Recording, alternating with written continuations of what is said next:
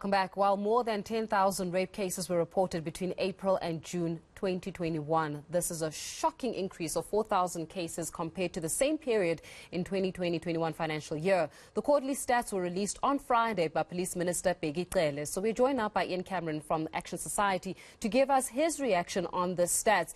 Ian, it certainly is something horrific, really sends shivers down your spine when we have to read that how between April and June this year alone, 10,000 cases of rape were actually recorded. And that says something about perhaps the state of affairs that South Africa is in, where contact crime is involved.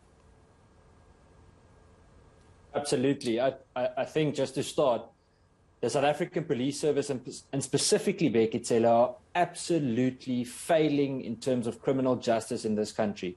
We cannot accept that more than 10,000 women were raped in just 3 months. And remember, those are just the 3 months. These aren't annual statistics. So times that by 4, look at the past, look at the amount and the increase over the last few years. And it's absolutely shocking. And I want to go as far as saying that these statistics are actually far higher because many people didn't report it because police weren't as accessible.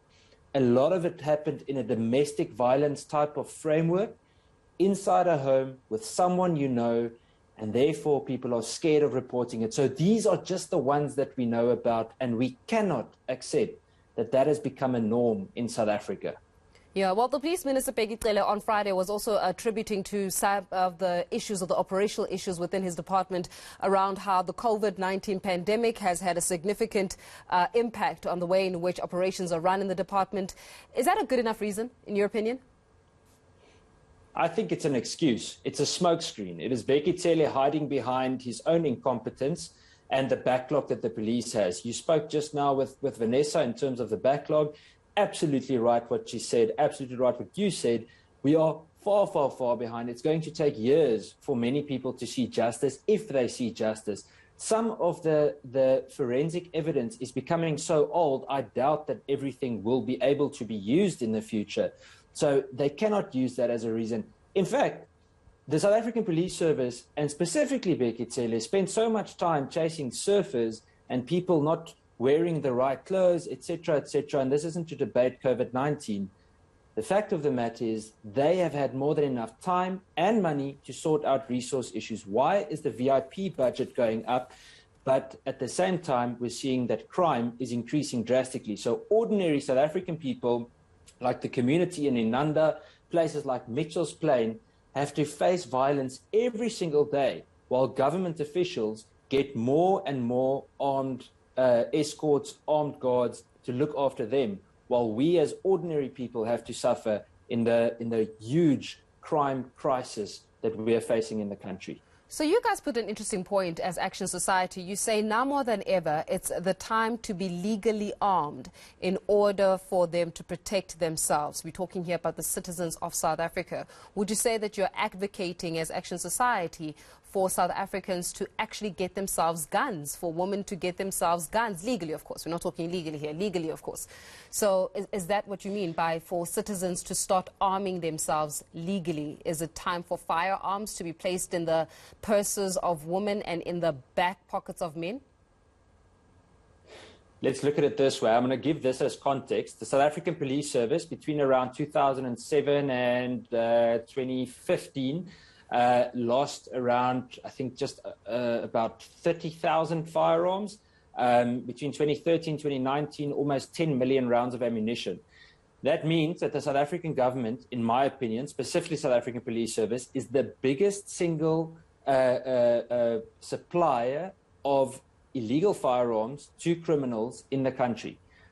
And now we're seeing the violence that we're seeing at the moment. If we can have a way of training women how to defend themselves, whether with a firearm or not with a firearm, it would definitely be able to level the playing field against any rapist, and whether it's men or women.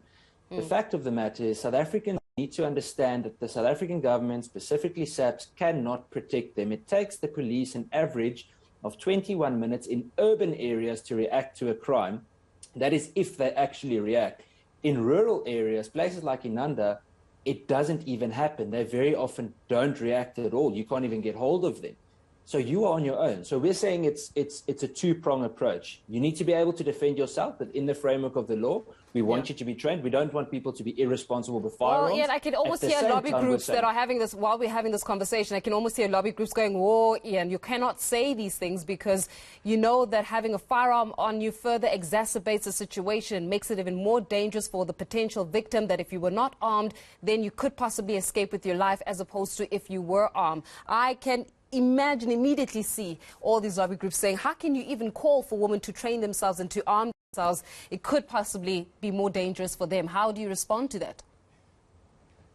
Well, I think there's only one organization that complains about that, that's Gun Free SA. And I think the Institute for Race Relations absolutely destroyed any argument they had, and they disproved every little bit of false research that they were quoting in the last few years. And I want to specifically talk about the Wits report that was done years ago that only Gun Free South Africa and specifically Bheki Cele had access to.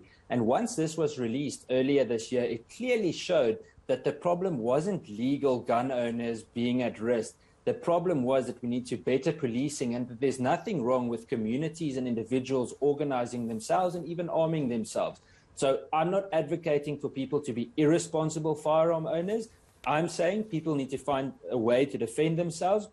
And if that can be with a legal firearm and you know how to use it, and you are a woman especially facing this type of danger on your own, it would be fantastic for women to be able to defend themselves where the state have been found lacking and where they have failed thousands of women and obviously men throughout the country when it comes to violence. Ian Cameron, we'll leave it there for this evening. Thank you so much for your time, giving us the latest from Action Society, saying that perhaps women need to start looking at how to legally arm themselves in light of these statistics that have come out between April and June. I mean, 10,006 rape cases reported between April and June 2021. Something's got to give. Something's wrong. To the story.